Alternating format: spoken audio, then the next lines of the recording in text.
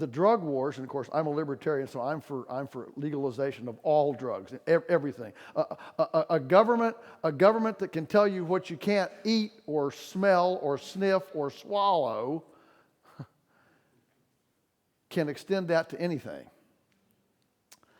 And so suddenly we have this, this overarching, thing where, at least in America right now, where, raw milk sales are illegal, it's certainly fine to dose your kids up on 5 gallons of Mountain Dew, Coca-Cola, and Pepsi, but a glass of raw milk is a hazardous substance and will kill you. And so it's important to understand, what I'm getting at is that safety is a subjective issue. And we have come to the point where the safety of food is being confused with sterility of food. So that Velveeta cheese out of a tube that you squeeze on your table and it sits there for a year without doing anything is safe because it's sterile. But cheese that you make in your home kitchen or get from a neighbor that sits on the table and in 5 days, grows mold and sprouts legs and walks off, that's a hazardous substance. In the U.S. now, it's becoming almost impossible to make cheese that molds because this sterility is being associated with safety. So where do we go from here? And what's happened then is that during the course of what I call the industrial food era, which we're hopefully going to move out of, but during this era of industrial food, we've created an opaque food system. The populace doesn't know about food anymore. They don't know what sour milk smells like. They don't know what spoiled chicken smells like. We have calls from our customers. I got a chicken. How do I thaw it? We have to explain this sort of thing. And so we've lost our connection with food. Well, what do people who are fearful and paranoid about something do? They ask for security. And so they look to the government to protect them from charlatan or scofflaws or whatever, or abuses in the industry. Upton Sinclair, The Jungle in 1906.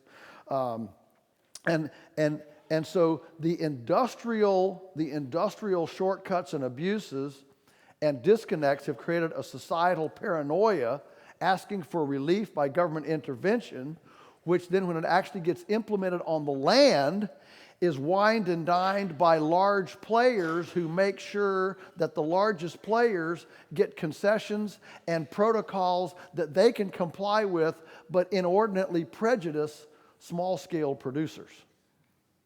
And so what happens is, in order for us to make charcuterie, for example, we have to have a $1,000 thermometer to make sure we pass the HACCP temperature test. Well, it's one thing if you're making a tractor-trailer load of charcuterie, it's to have a $1,000 thermometer. It's quite another if you're making a 5-gallon bucket full of charcuterie. Suddenly, the infrastructure, the compliance overhead, the licensures, the inspected kitchens, and all the stainless steel and the compliance reports suddenly create an overhead that's so large that an embryonic prototype cannot be birthed. See, we have, and I won't bore you with the details, but I can assure you, we have the answer to Campylobacter, E. coli, Listeria, TB, foot and mouth. We have the answers to all this stuff. Okay? We have the answers to all this stuff. And so there's a lot of latent innovation to come with more nutrient-dense food, with more biologically alive food that's compatible with my microbiome. A lot of innovation out here, and entrepreneurs just chafing, right, to come to market with a better cheese, a more nutrient-dense milk. Are you with me? No antibiotics in it, blah, blah, blah, all right?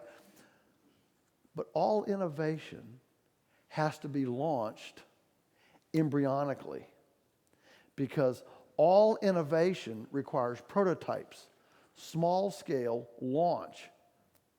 And so they launch as babies. Ideas launch as babies, right?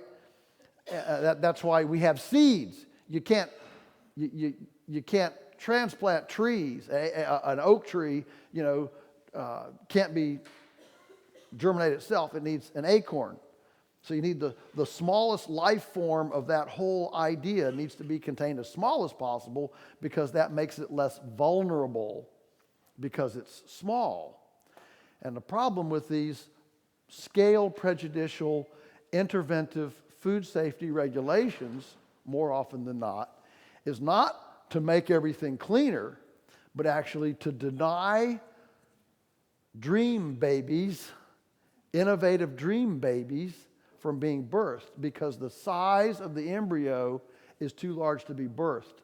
And so I run into thousands and thousands of aspiring, innovative, antidote entrepreneur farmers around the world that can't bring their answer to the market because the embryo is too big to be birthed.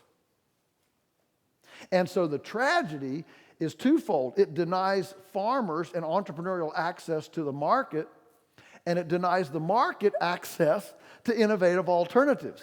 In my view, if you want to come to my farm voluntarily as a consenting adult, exercising freedom of choice, I mean, these are all phrases we use for all sorts of things, from sex to marriage to drugs to, freedom of choice and consenting adults and voluntarism and all this stuff. But boy, when it comes to food, it has to pass through a fraternity. It has to pass through the sieve of the unholy fraternal alliance between big business and big government. And those two created an unholy alliance that I'm not saying they're evil. I think big business has an agenda. And whatever, and if they can keep out competition, they're very happy to. And this is not just in food, it's in a lot of things. For example, I find it amazing that in my community, see, our farm is zoned agricultural land use. That's our zoning, agricultural land use. Well, by right, we can go build a 25,000 turkey, 2 soccer field size building for confinement turkey production by right. In other words, we're in an agricultural area, so by right we can now we might have to get a permit to build it, but we're not going to have to fight a rezoning or anything like that. By right we can go build because we're in agriculture. But if we want to build a little tiny house for an apprentice, that's an absolutely prohibited use, because people have nothing to do with farming. This is agriculture. It's not people. It's barley and chickens and cows. It's not people. Workman's compensation. We've got to play workman's compensation. But workman's compensation is set up for stratified jobs. You have to put in there what the work is. Did you know that you can't have a poultry worker and a cow worker? They're different things. But at our farm, we're a diversified farm. We might be working with cows one minute, chickens the next minute, something else the next minute. So we don't stratify poultry worker, cattle worker, vegetable worker. But that's the way the government paperwork is. So then suddenly you're constantly thrown into audit situations and all this bureaucratic mumbo jumbo trying to squeeze your round peg through a square hole, because the way the system is set up, it's for stratified specialization and simplification, not diversification and complexity. The same thing is true with the exposure rates. So the exposure is based on risk. But when we say poultry worker, we're thinking you go out in the field, you gather eggs, you move some chickens, but they base their actuarial insurance rates on exposing into a confinement chicken house where you have to put on a gas mask, put on a hazardous material suit, walk through sheep dip, and keep your fingers out of the augers and the fans. That's a much higher exposure rate. So when people say, well, your food is high priced, you're an elitist, I look back at them and say, if we add up all these small-scale prejudicial intervention systems, that's why we're more expensive. Our delivery driver, Richard, you saw him yesterday. Do you know that a farm can't have a delivery driver?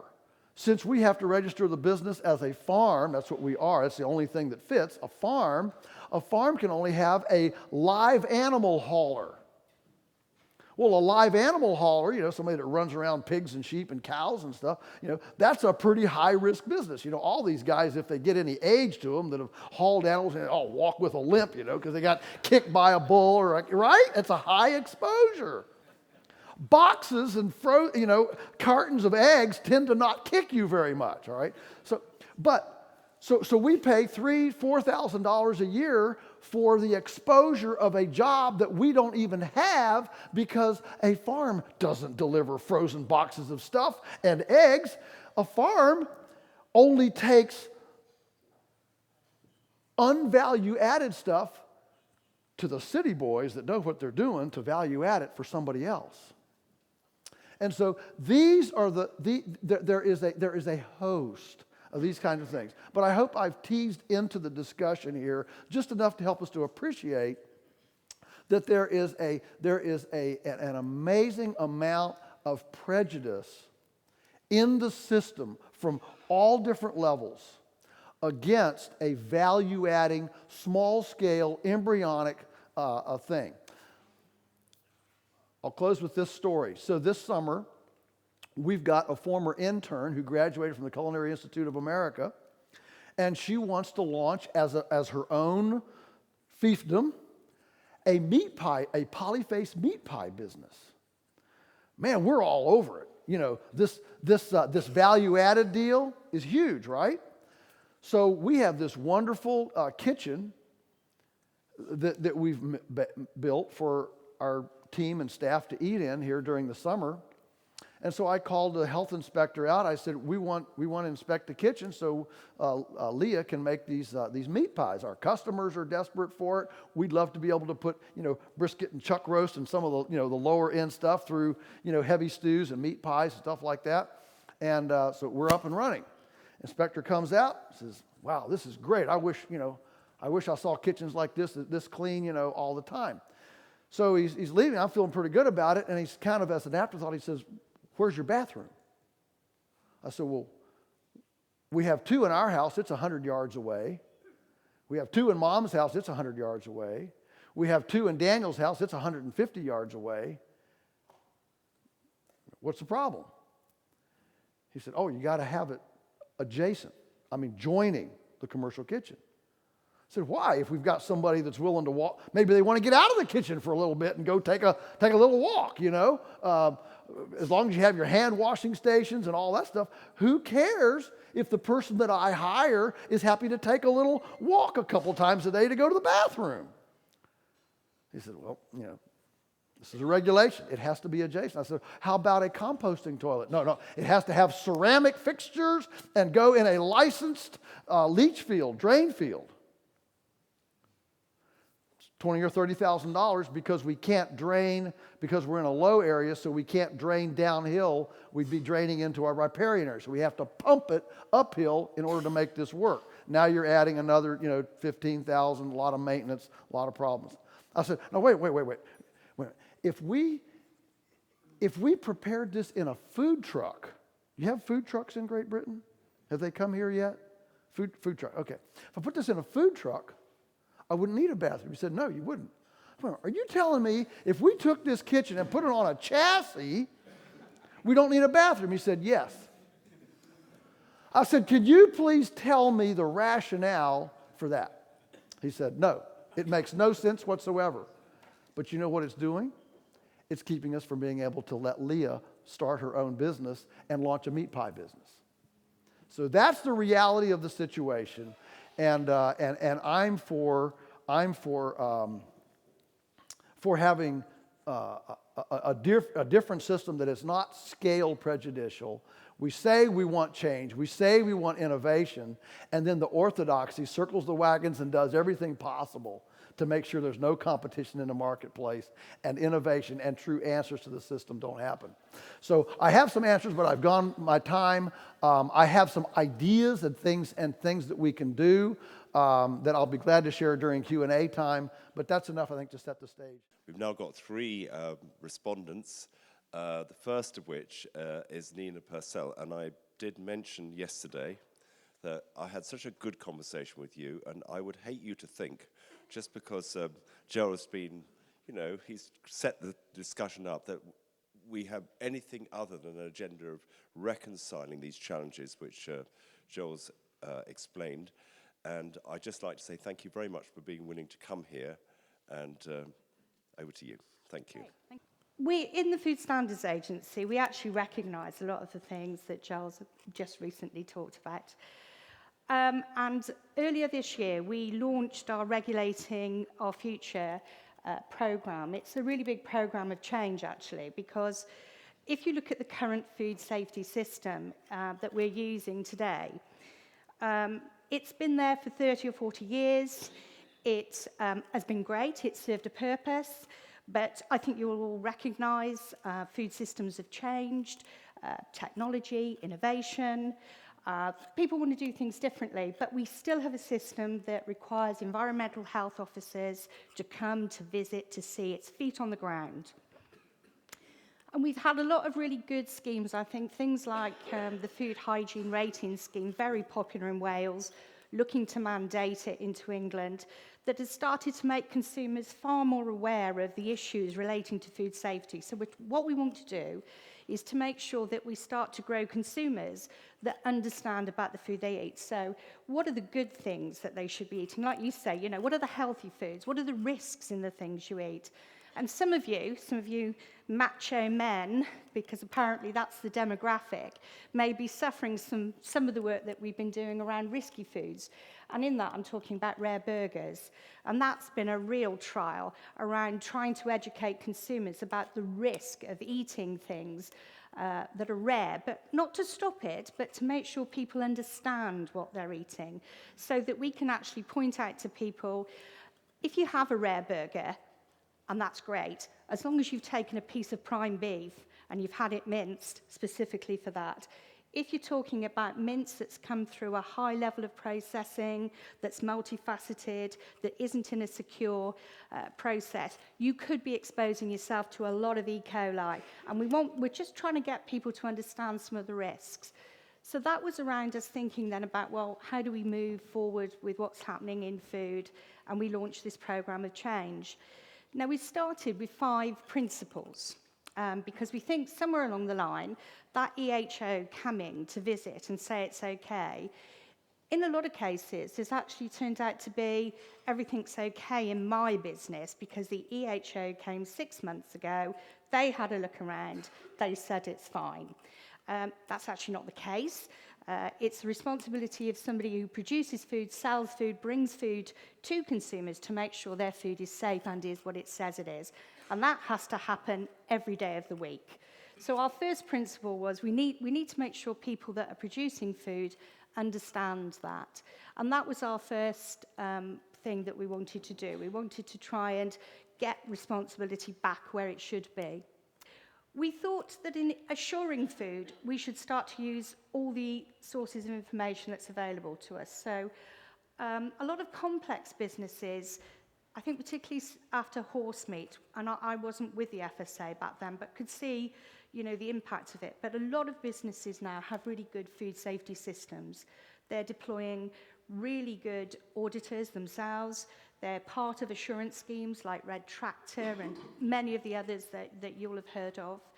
And they're doing a lot of what they can to sample things, to check that what they've got is safe. We haven't been using that data. That belongs to industry. We will add another level of regulation on that. We will come in, we will take our own samples, we will do our own checks. We don't take account of anything that we've got. Now, in a very complex food safety system, that's quite hard to do because if you go to one of the big supermarkets, and I'm sure most of you have had a chance to see it, you'll see that where food is coming from is so complicated that for us to to do it on your feet, walking around hoping you're going to spot the missing thing or the thing that isn't quite right. We decided we needed to be more savvy about that. We felt as well that we needed to be tailored and proportionate. So to go to Joel's point there, we don't think one size fits all. We don't need to do the same thing to every business. So we need to know what you're doing, we need to know how you're going about making it safe, and we need to be proportionate in our intervention with you. And if all is running well, if there are no incidents, if everything looks good, we need to then tailor our contact with you and our regulation of you to fit that. So a compliant business would see less in this sort of new model that we're looking at. We do want there to be good food businesses. We think there's a lot of smoke and mirrors around how businesses are keeping food safe, and we think consumers should be able to see more of how that all works, so that, as I say, they have more understanding. And then this is the one that everybody loves: user pays, the sliding scale of regulatory cost. And this was actually more about if you're non-compliant, if we have to keep coming to you, if we have to keep visiting you and auditing you because you don't do the right things for consumers, well, we don't think that the taxpayer should pay for that. We think that the business needs to pay for that, because if you get yourself right, if you're doing the right things, you'll be getting less touch. And if we need to spend more time with you, then we'll be on you and it'll cost. Those were principles that we launched. And this program of change is actually being run in what we call open policy making. So we actually don't have a finalized model that we think we were going to just say, da-da, this is it, it's going to be like this.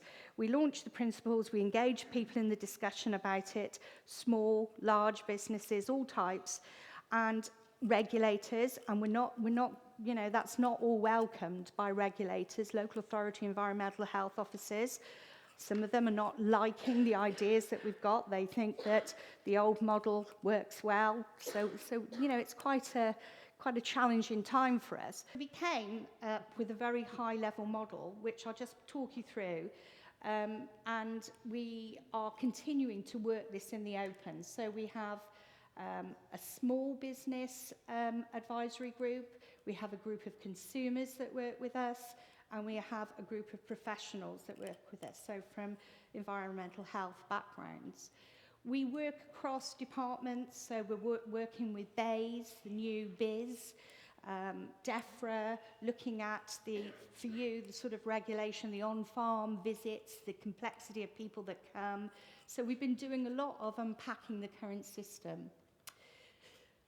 First part of the high-level model is, believe it or not, we don't actually have a comprehensive register of food businesses in Britain today, in the three countries that I'm responsible for. Individual local authorities record food businesses. It is a requirement to register to say that you're going to open a food business and that you've got one, but people don't. And when you talk to consumers, they're quite shocked, actually, that people can actually start trading, you feeding them, but they haven't actually passed through any gateway, no idea if they're trained, know what they're doing, but, that's happening. So we would actually like to introduce something called a permit to trade, a registration, a very simple process that just asks people to tell us who they are, what they do, and if they're a new business, it means we can intervene and offer them some support and help. We think we need to segment businesses because, as I said, we don't think all businesses are the same. We actually think some businesses will register, describe what they do, and will pass through, and we pretty much won't have anything to do with them because they're doing something very straightforward, very low risk, and we will just know they're there.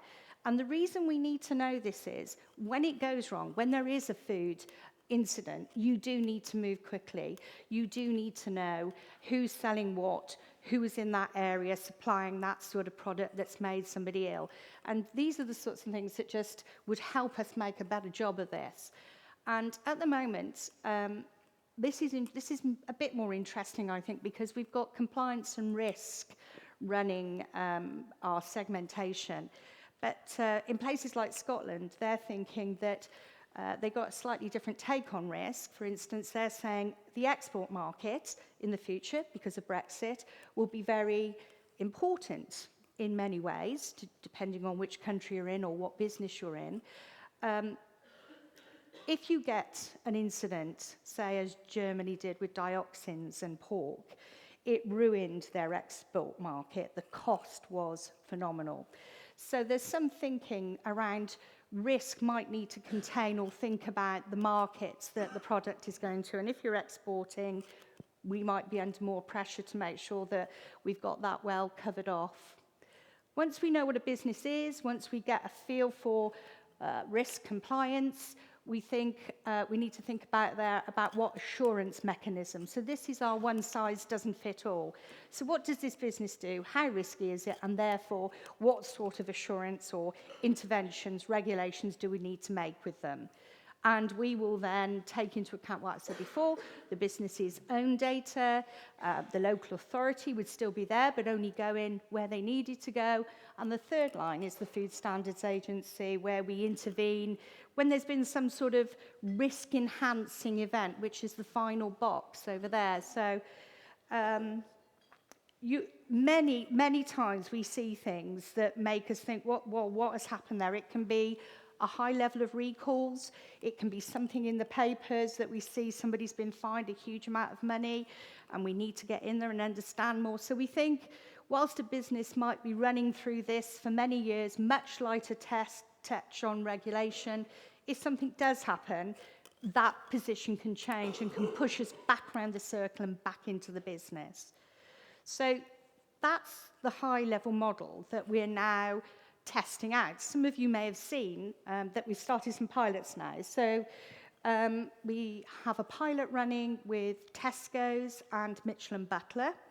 It has been pointed out to us that many people think, that Tesco's aren't all good. But it's really important that these businesses are real businesses, many consumers using them.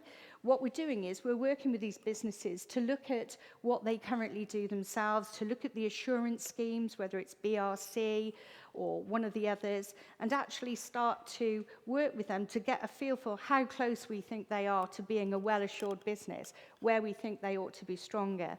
And if we can get them to a good place, we will start to take down the level of regulation.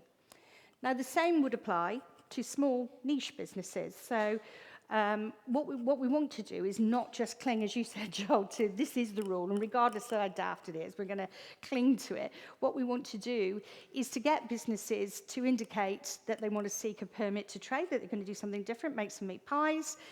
We want to get in there, think about, well, is there anything in terms of training, anything we're worried about?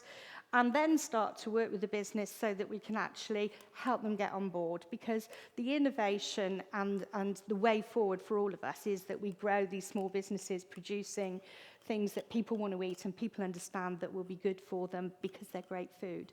So I'm not going to talk too much because I'm sure I'm going to get loads of challenge, which is always good. The reason that I wanted to come was it's really important with all of this that we hear the pain points in the current system. So I'm not here to talk to you for too long, but I am interested in what's in the system that's a pain. What would you want the FSA to look at in developing this new model? What are the things that really we need to hear from you? So that's the purpose of me being here. Thank you for your time. I suspect it's true that in the best possible way, there's going to be lots of comeback from what you said, which is fantastic. Thank you so much for coming. Right, Thomas Harttung wears a number of different hats, but he is the chair of the Sustainable Food Trust, and he's from Denmark, and he's a very good friend of mine. And Thomas, we're really happy for you to share with us, and you'll tell us more about it, your experience as an entrepreneur and the developer and initiator of a major food business, vertically integrated food business. Thomas. Right, you got it. Thank you. I'm here to give you 4 perspectives from the continent and a vision. The continent is a block of land over this general direction with some of your old friends over there. So consider this a letter from your old friends. What we experience in that part of the world is ever stronger markets for local and sustainable meat. We're in a situation where organic sales of meat are up 17% year on year. We're facing a scarcity of organic meat in the marketplace. It's happening as we speak. You know, the story of I can speak primarily of the Danish market, but this is a market that grew throughout the financial crisis, typically double-digit growth year on year. So it's a extraordinary engine moving, and I'll get back to that. The market, of course, also is driven by public concern. And I think that one message as an agricultural community, because I am a farmer, I'll get back to that, is that the public concern over methods. You know, you shouldn't underestimate the importance of that and the questions that are being asked. And even as an organic farmer, I'm finding that we are increasingly having to actually ask ourselves some tough questions that we had a tendency just to say, well, we've sorted that out. No, we haven't. We've made some sort of compromise that we probably have to revisit again. I'll get back to that. The other thing that you'll see in my part of the world is an extremely dynamic food scene. So I'm talking the hospitality business, the restaurant trade, new retail concepts all the time. And they're driving an incredible change at the moment that we need to take into to our thinking. We have the good fortune in Denmark of having created something called the Nordic food concept. And it's actually not just creating a tourist destination out of Denmark from people coming from all over the world simply to eat Danish food. They didn't do that, ladies and gentlemen, 10, 20 years ago. And you actually cannot think of a more sustainable food business than actually people traveling from afar, coming to spend time with you, eat your food, and leave again. You know, there's very little waste in that system, and there are no food miles in it. It's actually an extremely sustainable thing that people come to you to share food with you. All of this has created a different mindset about food, also from a conscience perspective or consciousness perspective. This is not just about calories and taste, it's about the deeper meaning of how we eat and how we lead our lives. And that's something that also drives the change.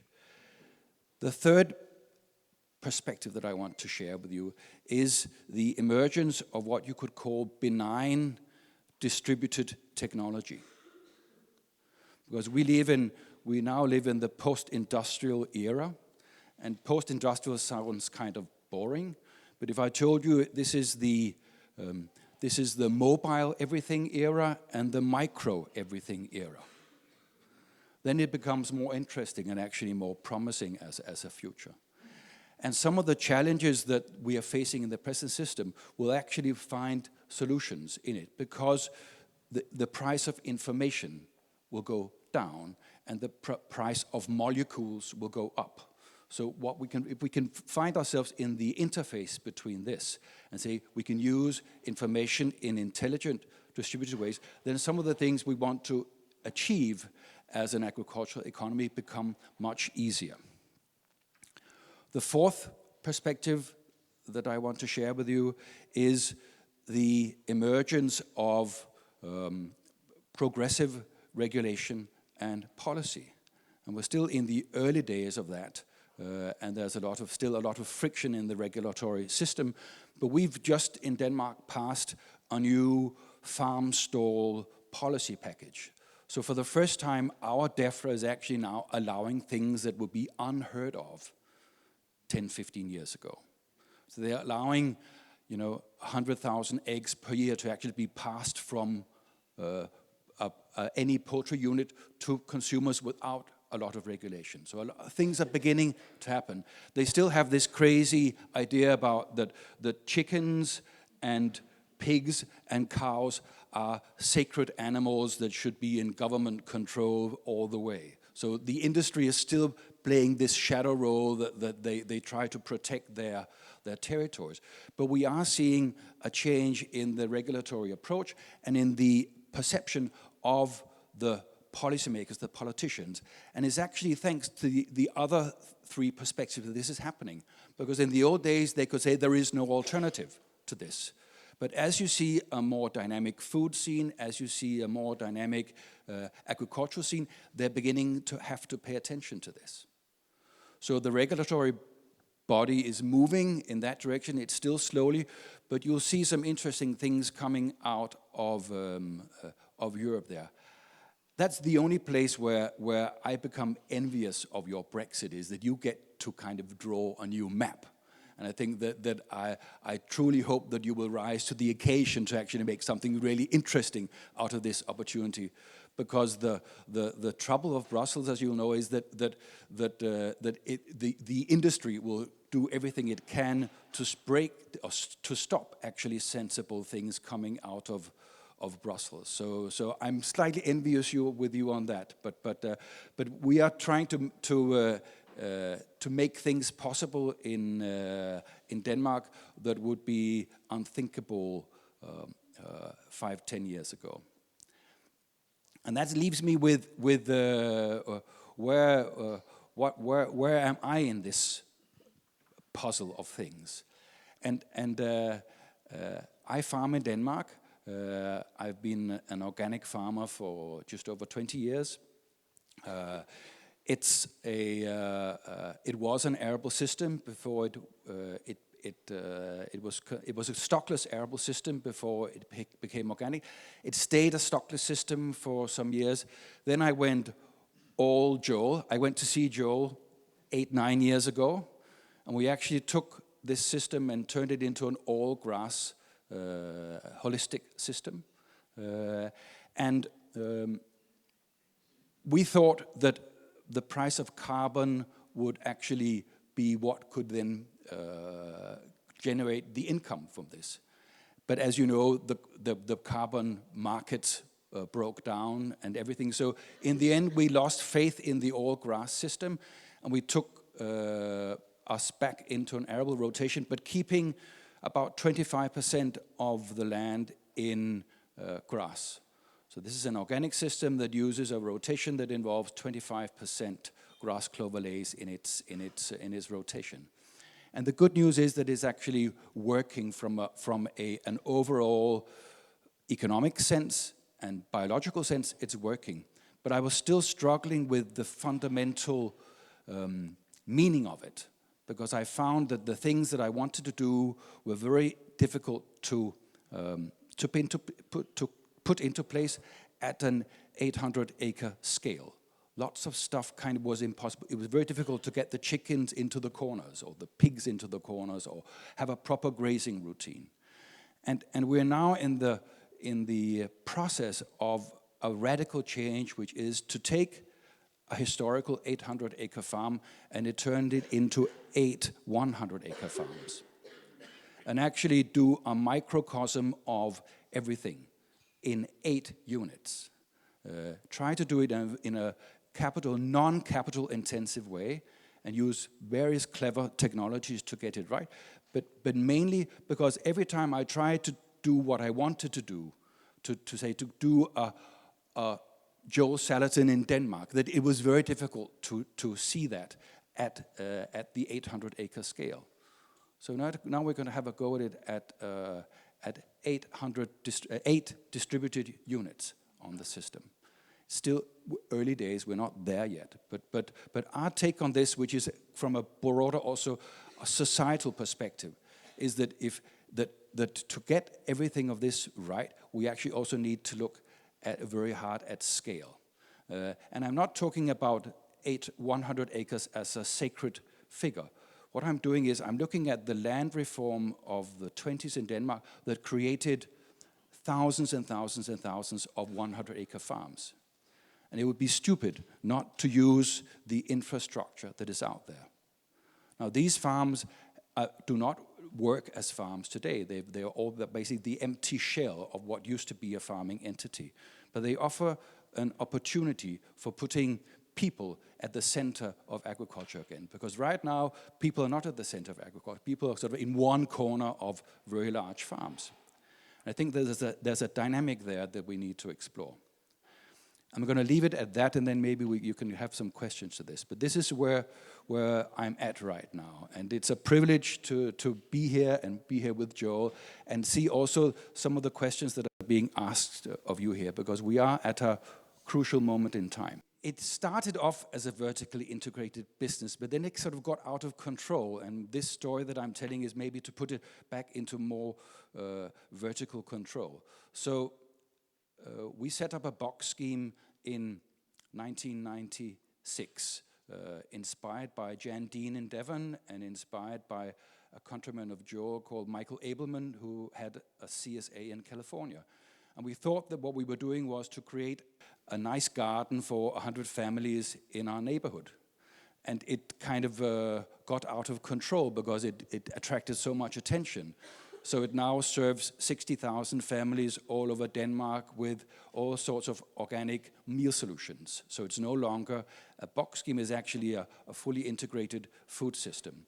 But we've been so busy at the front end of that we've kind of lost track of the back end. And you could arguably say that now I'm trying to get the back end of the value chain set up to be a true force of the future. But it does give us access to market, and that of course also makes it easier to set up 8 small 100-acre farms if you know that you have 60,000 families screaming for whatever we can grow. So that of course gives us a competitive edge to the market. But that's not actually why we're doing it, because of the bigger picture of where we need to be headed as a civilization.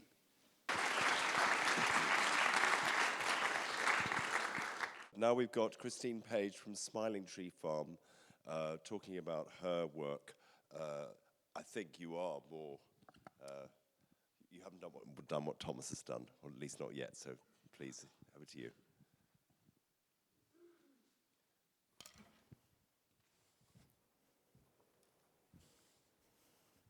So I'm going to talk for just a very quick 5 minutes to give you a very brief glimpse at a small-scale farm, and also just to help you contextualize my contribution to the discussion today.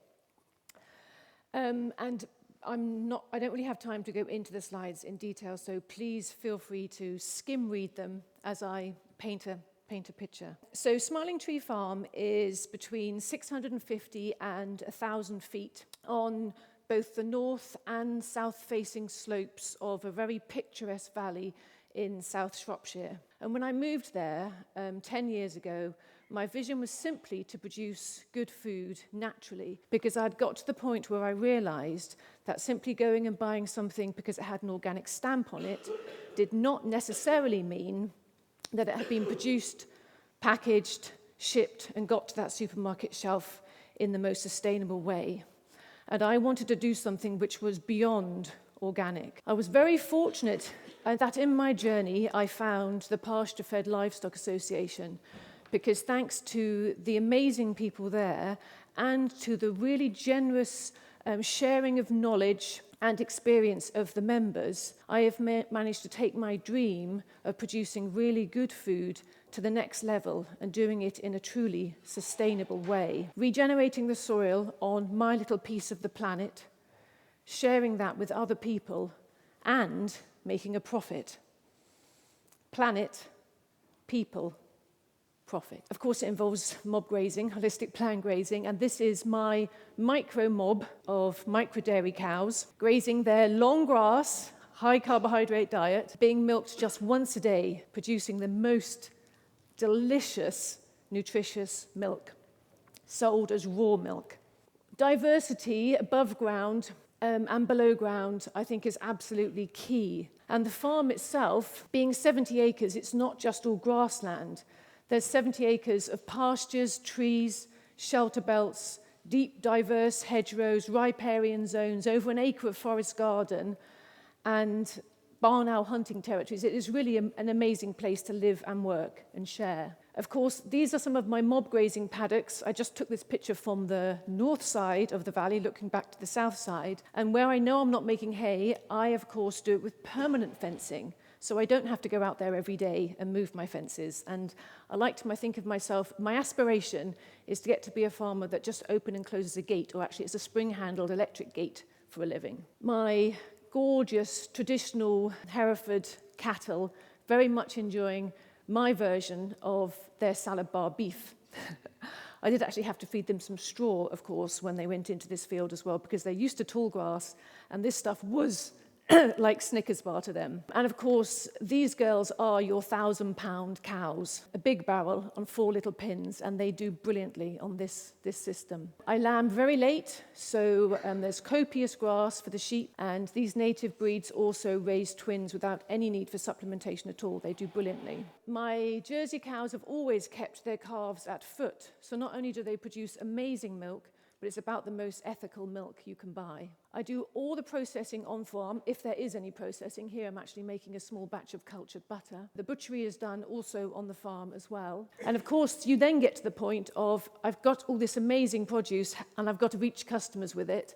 So it makes you think about packaging, labeling, dealing with trading standards, what do I have to have on the label, all those kind of things. And then we get to all the different organizations that I need to deal with, the Food Standards Agency, Environmental Health Trading Standards. I've got to have my HACCP plans and standard operating procedures and keep my cleaning schedules and all those things in order that I can keep my license to sell food.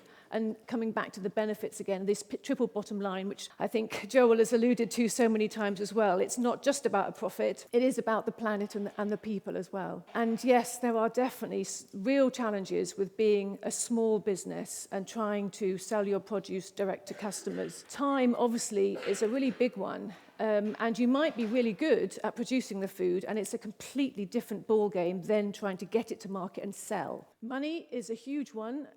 Just to keep my license, every year I have to spend over £1,000 to meet the regulatory requirements of milk testing.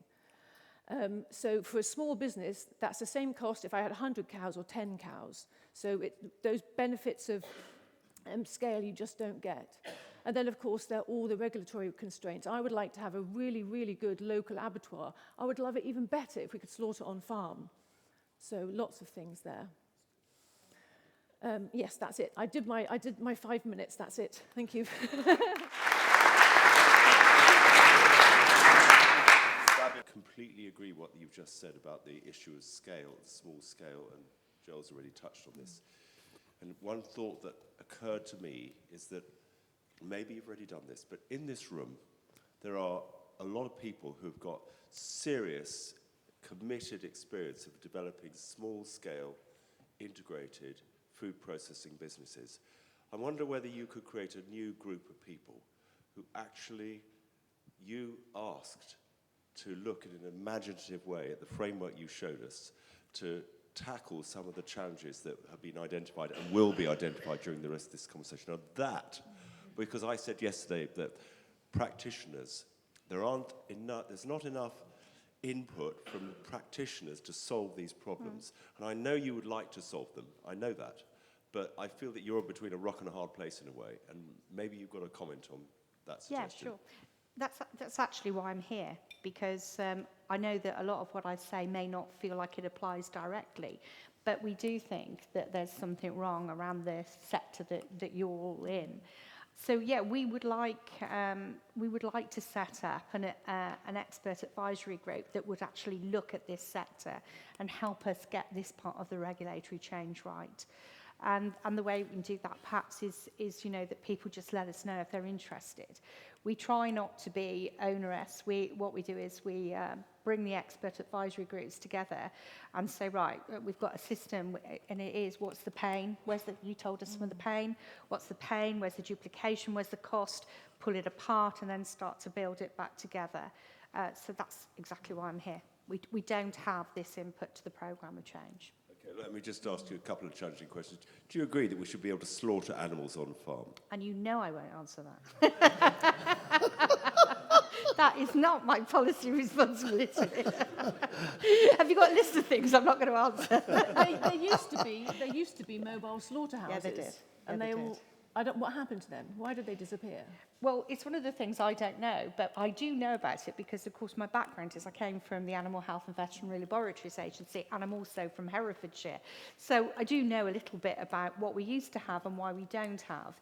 So I think that's part of this, isn't it? Let's go back a bit and find out what made it impossible for things to be as they were and drove us to where we are, and can we find our way through that? I think we can.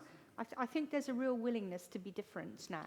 Well, all I was going to say on that, of course, because I'm a raw milk advocate, statistics show us that you are 62 times more likely to get sick from a chicken you bought in a supermarket than you are if you drink raw milk. And yet, anyone can go and produce chicken, and they don't have £1,000 a year testing regime, cost of testing regime, to prove that their product is healthy.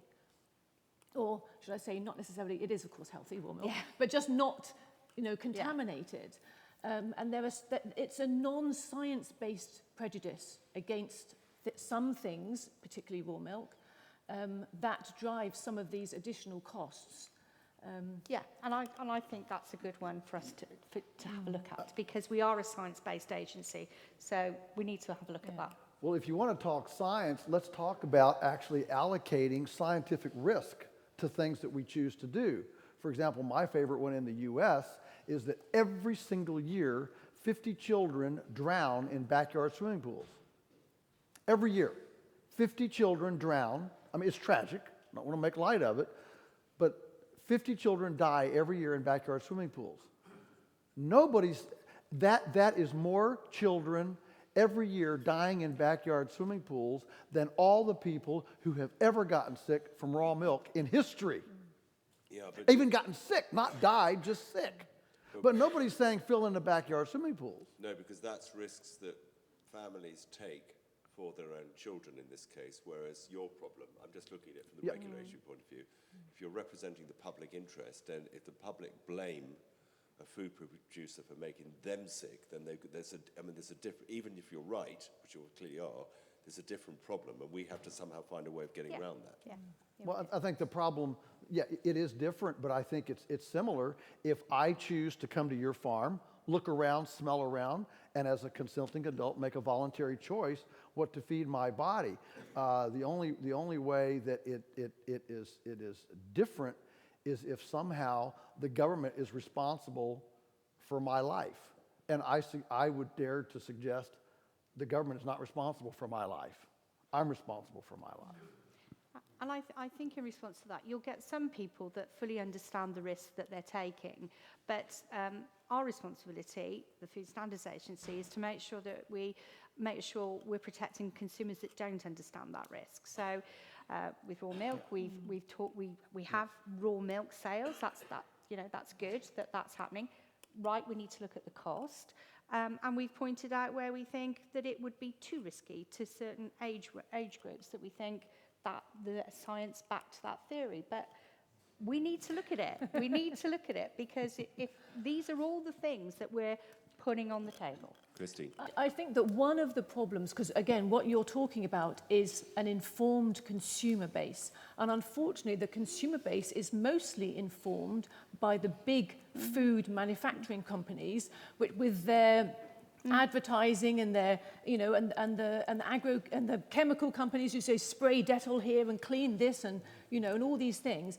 And they become fearful of buying they don't want to buy a natural thing, because like Joel was saying, they want it all to be absolutely squeaky clean. And so they buy into this thing of wanting to only have things that's been sanitized, including their food, which of course is not healthy for them. So it's a whole public health awareness and education that drives consumers to look for the right kind of food to then be able to support the small businesses trying to produce it. And more really informed consumers realize that the best food is not government endorsed.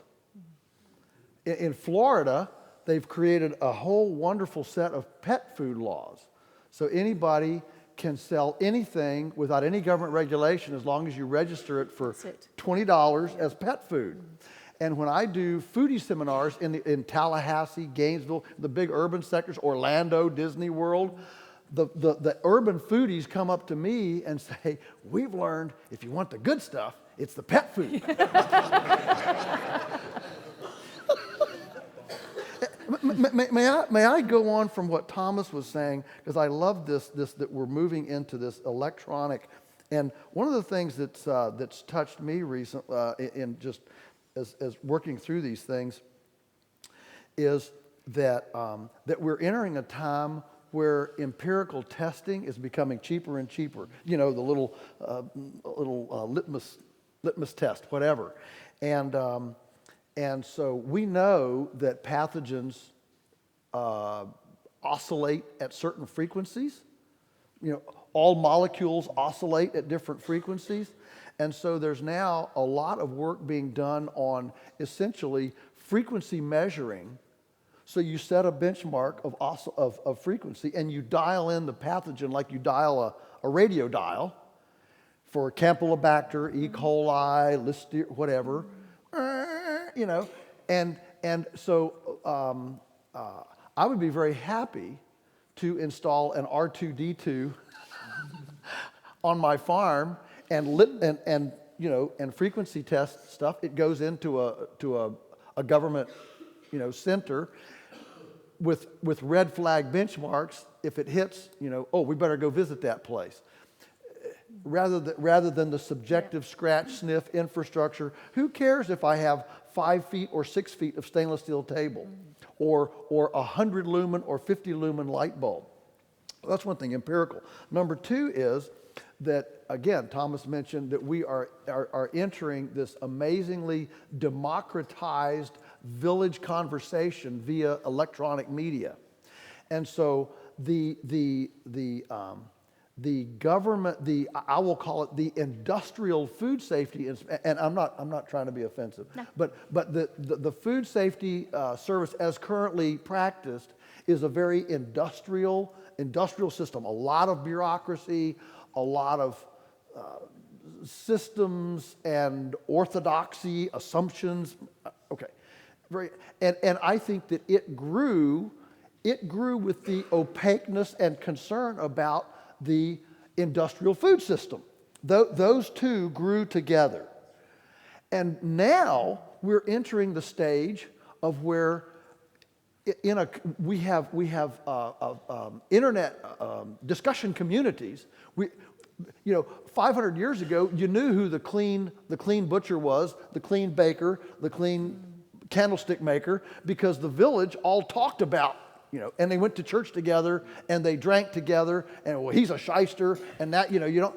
And the village policed itself due to the transparency of its conversation.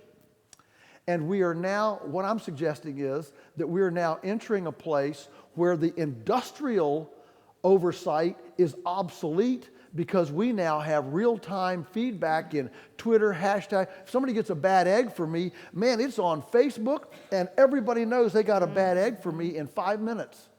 And we've returned now to the transparency and real-time feedback loop electronically of the old village. Well, Nina, you and I think we were discussing how the internet-based, very localized food sales have got under the radar screen of your regulatory agency already. Do you agree that this is an issue for you? Yeah, I mean, as more and more food is available on the internet, it's really interesting to think about, well, how are we regulating that and who is responsible for it? We've got things, I think Uber Food is growing now, Amazon Fresh, and these are things that people order online and it just wings its way in a lovely polystyrene box to you, all ready for your dinner party. So, some of it cooked in somebody's kitchen, maybe. Could be. Well, certainly Uber Foods, if you go to London, you will see people selling locally, their own prepared pasta sauces, lasagnas at the top of the tube stations. Little sign up, my little heart beating, as I think, oh God, who's that? What's she got in there? But people love it, they're eating it. But we don't want to stop that, because that also is serving communities and people. They cook for old people as well, communities are joining together and doing the right things. But we want to make it clear to people, like I said about help and advice, if you're going to start doing that, make sure you understand anything that could be potentially dangerous. We just need to know that people have got the right advice when they start on something like that. I think everybody would expect that, Thomas, you burning to say something? Are you happy to? This question about scale is interesting, because one of the reasons why we chose 100 acres as a defining target is that then we can keep the animal density below 17 animal units as a whole. And then then there's no regulation, because then it's seen as hobby agriculture, and there's the system cannot imagine that you could actually run a business from below 17 animal units. So there's kind of you basically you don't need any permits. You just have to obey the general laws and just write to your local council that, by the way, I'm starting up now, and they can't stop you because you're below 17 animal units as a business. So it's an interesting thing to get under the radar that way. I think the point you're making, Patrick, about asking Nina whether it's possible to set up a subgroup within the Food Standards Agency dealing particularly with artisan scale production. That leads me to ask you a question, Nina, and I hope it's one you can answer. We've had a lot of dealing with the Food Standards Agency as a small business over the last 20 years, particularly fighting tooth and nail to sustain small-scale abattoirs in 1999. We were within a whisker of losing every single one. And so I think this is a fundamental question, and it's science-based. I hope you can answer it. Is it, in your opinion, fair enough to say that the most industrial systems of pig and poultry production provide a near-perfect environment for producing food-poisoning bacteria? I don't know is the answer to that. I have never compared the two, so I don't know. Can I put it in a slightly different way? Isn't it logical to assume that very large-scale systems, particularly where you have confined animals, pose a greater risk to the population in any ways you want to put it? There's a more potential risk if something goes wrong. In a tiny organisation where something goes wrong, it's only a very few people are affected. Well, that's scale, isn't it? That's scale, not risk. So you Well, could it's risk as impact well. more people, but it's about scale. So But it's the whole regulatory system is designed to deal with the people that you've just mentioned, when in fact there's far less risk because of the reduced scale from any one small-scale producer with something going wrong. If the whole nation was produced by small-scale producers, you'd have tiny little isolated outbreaks and people would know each other, like Joel said. Whereas because you've got these centralised systems, you're designing all your regulatory frameworks to deal with them, and they're in control, as Joel said. And you're not listening. I know you are listening, but the regulators are not listening enough to Christine. Which is exactly why we're doing the Regulating Our Future. That's exactly what it's about, unpacking it, finding out where it's not right. Like I said, I don't think I would say, well, that's, the large-scale production. That it is the numbers that you're talking about. I understand the point that you're making, but there's no guarantee because something's small that will be safe. There'll still be a risk to somebody if they're not doing it right.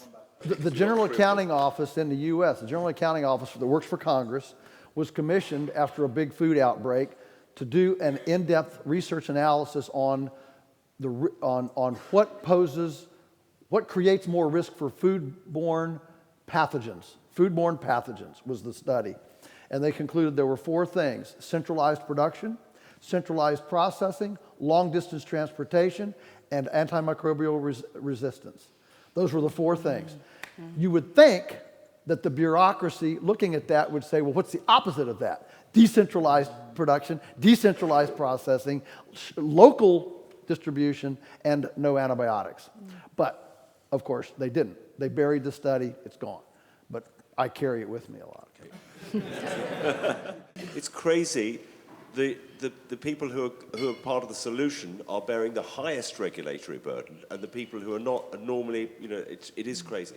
That's an issue that we need to get out, and that's what we want to do, is to Brilliant. get into this space. Over here now. There's something I'd like to say and then a question I'd like to ask, if I may. I'll keep it short. I think we have to remember, us in this room, that we are a room full of, I hope, good, well-intentioned people with knowledge.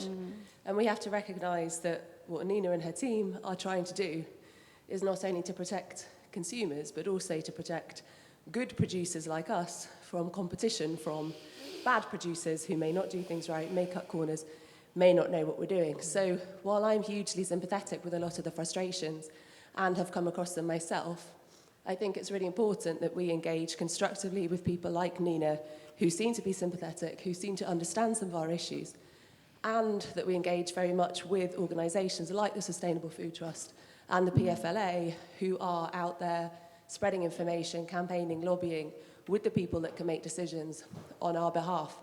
So that's my plea to all of us, is we have to do our bit here constructively. Now my plea to you, Nina. What you put up before all sounded very flexible, very user-friendly. As a small-scale food business, I'm not sure that's the right term, but we're farming, we want to market direct to consumers, we want to value add. I have found it really hard to find the information that will get me started. And I want to be compliant, I don't want to be sued, I want to work with you. But when I have tried to look into how to set up new bits of the business, so I'm not ready to do it, I'm not ready to come and be inspected. I phoned the local authority, I've been referred to a website. On the website there's 3 reports, they're kind of applicable, not directly applicable.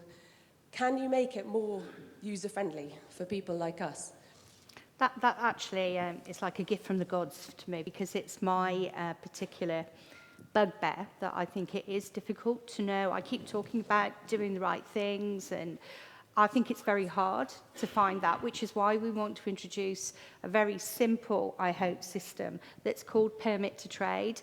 And depending on what you would say you were looking to do, so if it's meat that you want to sell, or milk that you want to sell, it actually allows you to say, and it will. We've sort of building this in as we talk, but we need to trial it with real people, and it will actually then give you advice on the sort of training or the types of regulation that are out there that you need to consider, but also give you access to, I don't know if you know, but I think it's helpful to have a primary authority when you're having a business. So a named local authority who perhaps specialises in the type of thing that you're looking to do, that you can link up with, and that will be your contact through the regulation. So that's the model at the beginning, the registration permit to trade, is to try and make it easier for people. And like I said, I genuinely mean it. If people are doing something and they've got a good oversight and we think that they look sound, the regulatory touch will be very light on them then, because we will see them running through the system doing what they do, but we won't be keep going around checking and checking. We want to lighten that so that we focus on the non-compliant and we target the ones that you're talking about, because not everybody is compliant and not looking to cut corners, and sometimes those cuts are the things that make things risky for consumers. So that permit to trade is a big part of what we want to do, and there will be some people that might say it's a regulatory burden. Somebody asked me earlier, it might have been Mark, was talking about reducing red tape. Some people might say, well, isn't that going to be more regulation? But I think understanding who we've got in our food world and what they're producing will help us be a better regulator and more proportionate, lower cost, less duplication. That's really want to do that. I would totally agree with that. I mean, just in last words in terms of the discussion, I'm really encouraged by what Nina is planning to do, and I hope I can be involved in that. And I think in terms of what we can do with consumers, I make a huge effort to always, invite my customers to the farm. And I walk them around the farm, we meet the animals, we give the cows a scratch under the chin and show them where the food comes from, and I explain how I produce it. And that leads to other customers because they tell their friends. And actually making that connection with the customer, for me, has been a real driver of sales and really important for the customer too. Thank you. Nina.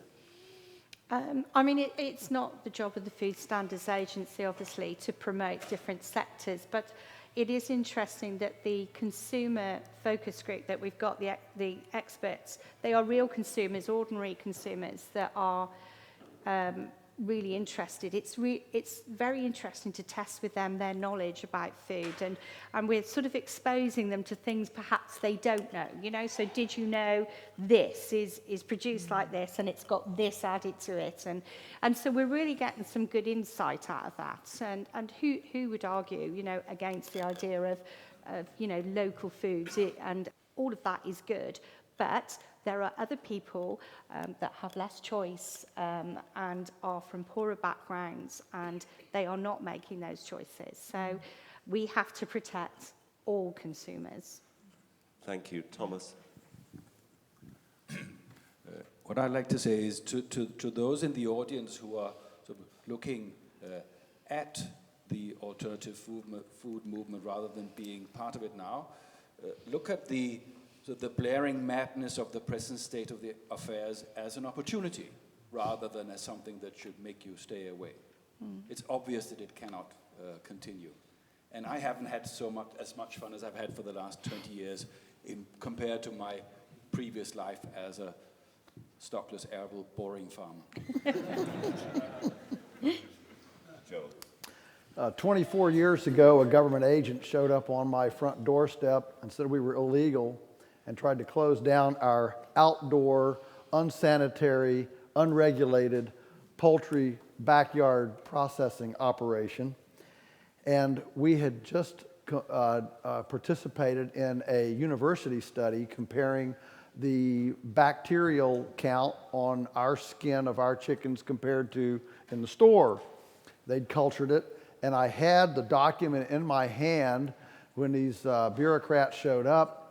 And the ones in the store that had gone through 40 chlorine baths, 40 chlorine dredges baths, averaged 3,600 colony-forming units of bacteria per milliliter to the second permutation. I don't even understand what I just said, but that's how they measure it. I do. The thing to remember is 3,600, okay? Ours averaged 133. And these folks wrung us through the ringer, told us we were illegal, threatened to shut us down. We had to get our senators, our representatives, our attorney. It cost us days, money, ulcers, prayers, and a lot of stress when they should have said, you're 25 times cleaner than our stuff. Let's shut down all the industry and figure out how to make it as clean as yours. And so, I'm sorry, my relationship with these people protecting the public interest, my customers want my stuff. They don't trust the government. They don't trust the bureaucracy. They don't trust the system. Half of them voted for Trump. You know, they want change, okay? And so all I'm suggesting is that this issue is a very subjective issue.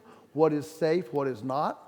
Some people think some things are safe, some people think some things are not. And so I propose that we actually, and the government agents are very different. Nina, I have a feeling we can sit down and have a great discussion and we try to come up with a thing. But you know what? She's got cohorts that are little kings and they come in, right? And so it's a very subjective thing. If the regulator wakes up on the right side of the bed one morning, they're hunky-dory. But if they woke up on the wrong side of their bed, then they're in there to do you in. And so that's been our subjective. So I propose that somebody start a business, an entrepreneurial business, where all of us in this space can pay a retainer for somebody who loves to do reports, licenses, compliance, SOPs, HACCP plans, and that sort of thing, to create templates we're back to your, how do you get the information? I'm an entrepreneur. I don't want to spend all day on the phone chasing down bureaucrats on the website looking for stuff that applies to me. I need to make a call to a consultant who works on, I pay him $1,000, and he loves paperwork and sleuthing, all these things, or she, okay, doesn't matter.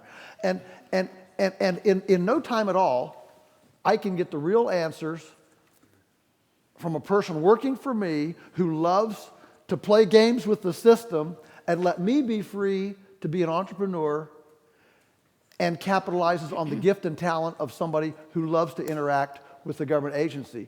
And I think that business, I've proposed it to numerous investors on Wall Street. It has yet to materialize.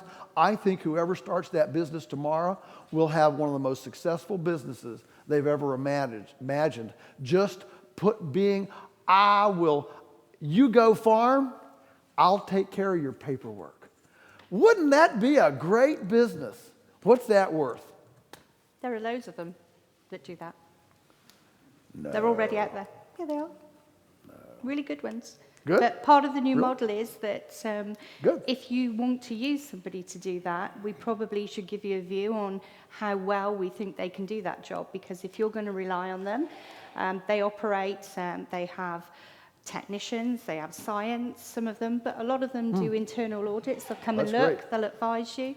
But we think they should be approved. There should be a list, a sort of register of approved suppliers that can come in and say, well, really, you need to just strengthen that bit there and do that there, and that will make you fit what you need to fit. But they do exist. Well, on that note, I'm going to draw this to a close.